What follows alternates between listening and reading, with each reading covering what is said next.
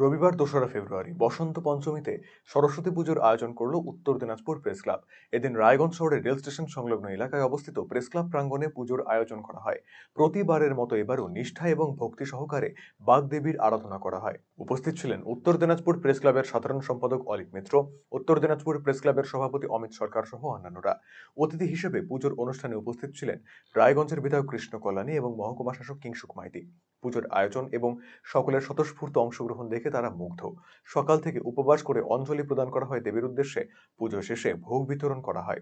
সরস্বতী পুজোর শুভেচ্ছা জানিয়েছেন উত্তর দিনাজপুর প্রেস ক্লাবের সাধারণ সম্পাদক অলিক মিত্র। তিনি বলেন, প্রতি বছর এখানে সরস্বতী পুজোর আয়োজন করা হয় ভক্তি ভরে। প্রেস ক্লাবের সমস্ত সদস্যরা মিলিতভাবে এই পুজো স্বতঃস্ফূর্তভাবে অংশ নেয়। পুজো ঘিরে আনন্দে মেতে ওঠেন সকলেই।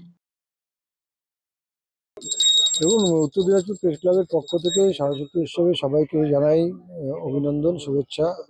এবং একই সাথে আমরা একটা জিনিস যে প্রতিবার আমরা নিয়মের সাথে এই সরস্বতী পূজা করি। পাশাপাশি আমাদের সাংবাদিক বন্ধুরা যেহেতু ক্যামেরা ব্যবহার করেন, সেই জন্য আমরা কিন্তু বিশ্বকর্মা পুজোটাও করি। এই দুটো পুজোকেই আমরা অত্যন্ত নিয়ম নিষ্ঠার সাথে যতটা সম্ভব নিয়মের সাথে করা সেটা করি। এবং আমাদের ছেলেমেয়েরা সবাই মিলে এই পুজোর জন্য কিন্তু ঝাঁপিয়ে পড়েন। উত্তর দিনাজপুর প্রেস ক্লাবের সভাপতি অমিত সরকার বলেন, প্রতিবারের মতো এবারেও প্রেস ক্লাবের সমস্ত সদস্যরা মিলিতভাবে সরস্বতী পুজোর আয়োজন করেছেন। সকাল থেকে সবাই উৎসাহের সাথে পুজোর কাজকর্ম করেন। পুরোহিত হিসেবে এখানে অংশ নেন প্রেস ক্লাবের সদস্য গৌর আচার্য।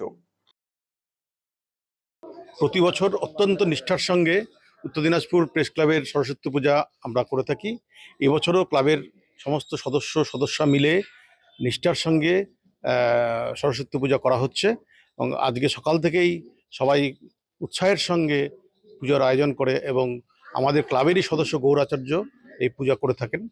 এবার পুজোর শেষে আমাদের সকল সদস্যের পরিবার মিলে খিচুড়ি প্রসাদ গ্রহণ এবং পরের দিন সবাইকে নিয়ে সব পরিবার মিলে খাওয়া দাওয়ার আয়োজন থাকে। এবারও সেই রকমভাবেই পুজো সম্পন্ন করা হচ্ছে।